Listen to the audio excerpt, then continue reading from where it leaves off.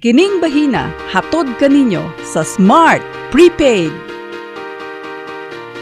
Mipasigarbo ang Smart Prepaid o usa ka live all out nga kalihukan alang sa pagsaulog sa 28th Kadayawan Festival ni Nakbayan sa Davao. Isugdan kini sa live all out race diin 30 ka pares ang nagtigi sa nagkalaing-laing challenges sama na lamang sa Walk the Plank, Run It to Win It, Wipe Out, Catch a Falling Star, Move to the Groove, Rock Baby Rock, I Believe I Can Fly ug litrato kauban ang usa ka bata nga buhaya.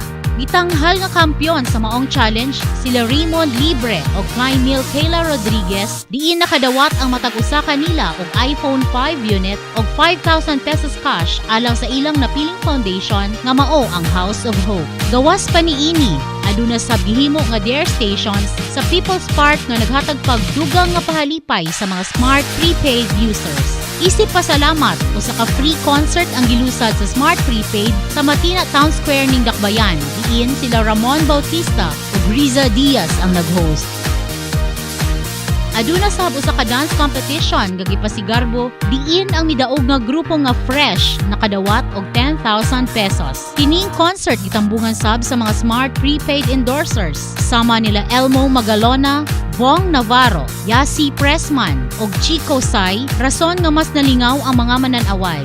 Layon sa maong mga aktibidad nga awhagon ang daghan pang Smart Prepaid subscribers nga mo-dare, share, and live more with Smart Prepaid.